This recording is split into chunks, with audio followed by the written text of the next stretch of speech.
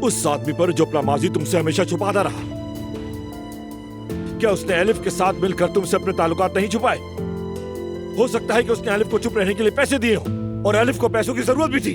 हाँ, क्या तुमने ये कभी नहीं सोचा? उमर ऐसा कभी भी नहीं कर सकता। क्या इतना यकीन है तुम्हें उस पर? हाँ, पूरा यकीन है। ठीक है, मगर ये बात याद रखना, सच हमेशा कड़वा होता है और उस कड़वाहट को तुम्हें झेलना पड़ेगा। आखिर में तुम मुझे शुक्रिया कहोगे।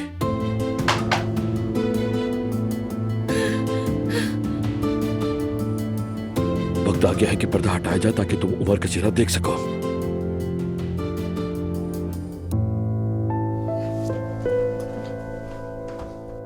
तुम्हें समझ आ जाएगा कि उमर का सच क्या है।